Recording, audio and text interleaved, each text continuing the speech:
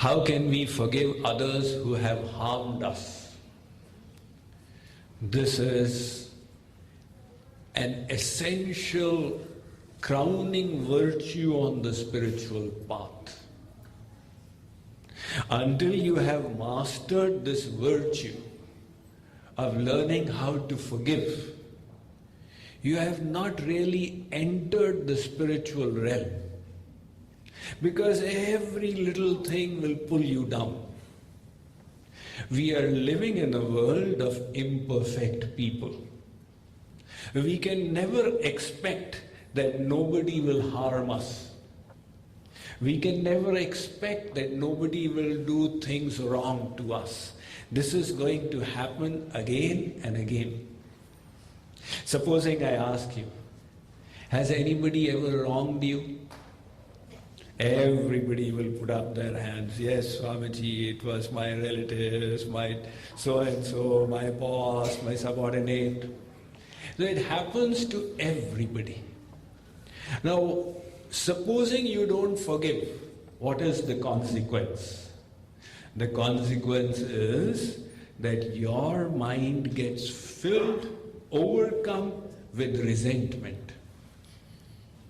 Resentment is such a terrible thing. It's like pouring an toxic waste into your mind. You would not allow anybody to come and throw garbage in your drawing room. But by harboring resentment, we are doing it to ourselves. One lady came to me and said, Swamiji, this person did this, look what he did to me. And she went on and on about it for 20, 30 minutes. So I said, look what you are doing to yourself. What that person did is a different matter. It is said, to be wronged is nothing unless you keep remembering it. That is why the religions of the world have emphasized that you need to forgive.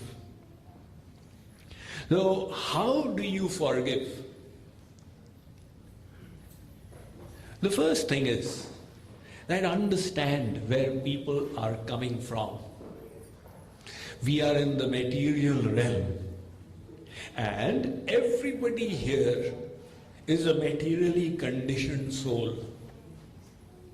If you were to go into the hospital and say, why do I find sick people out here? The doctor would say, you are mentally sick. In a hospital, you will find sick people. What else do you expect? If you go to a prison house, you will find prisoners there.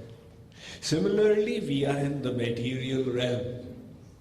Every soul out here is one who has been bereft of God consciousness since endless lifetimes.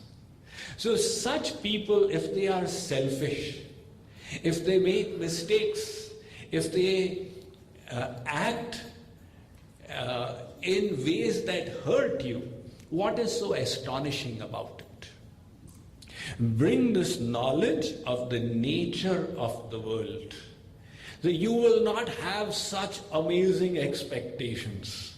When our expectations are that, I am so good and everybody should be good to me.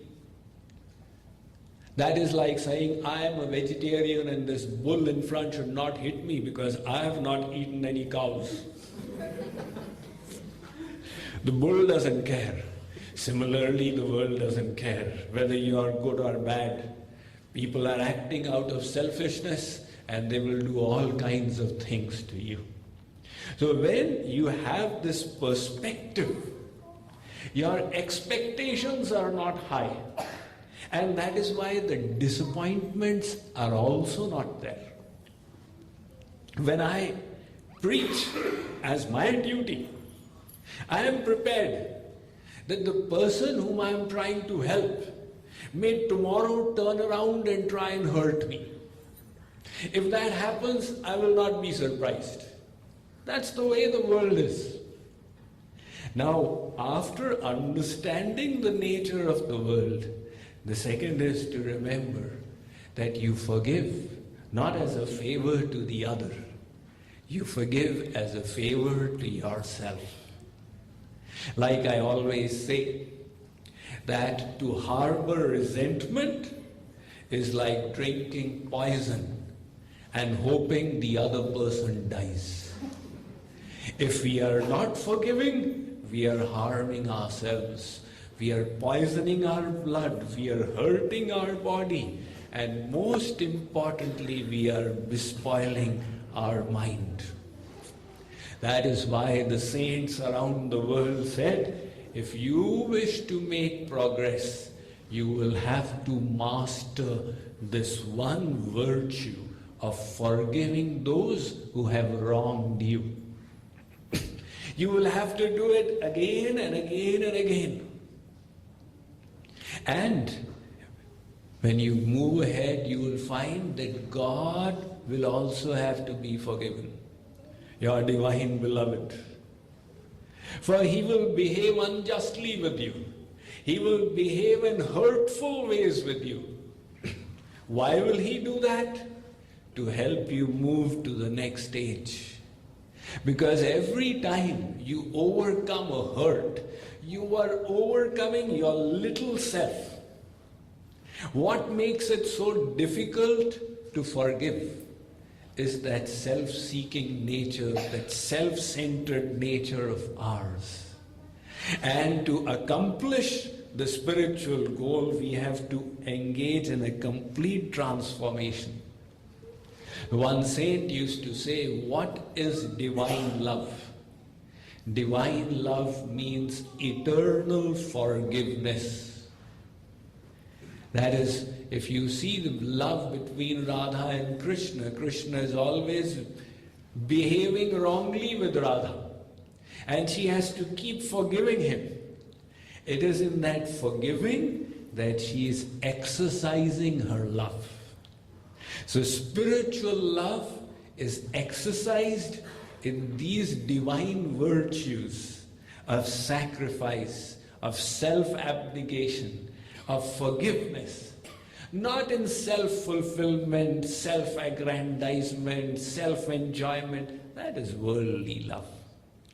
So this virtue of forgiving, it's essential to be mastered if we wish to seriously progress.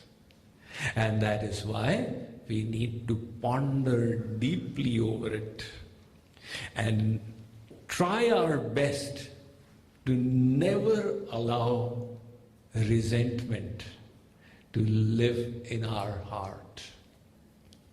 Kripaluji Maharaj says, Bhuli ho dur bhavana kahu, ho na sapne hu pyare. Bhuli ho dur bhavana kahu, ho na sapne hu pyare. Ho na sapne hu pyare. He says, even by mistake, even in your dreams, don't permit resentment or a grudge to take hold of your heart and mind. That is how much of priority the saints have accorded to the need for being able to forgive. Make it a priority, practice it again and again, and slowly you will find it becomes easier and easier and easier until it becomes a second nature.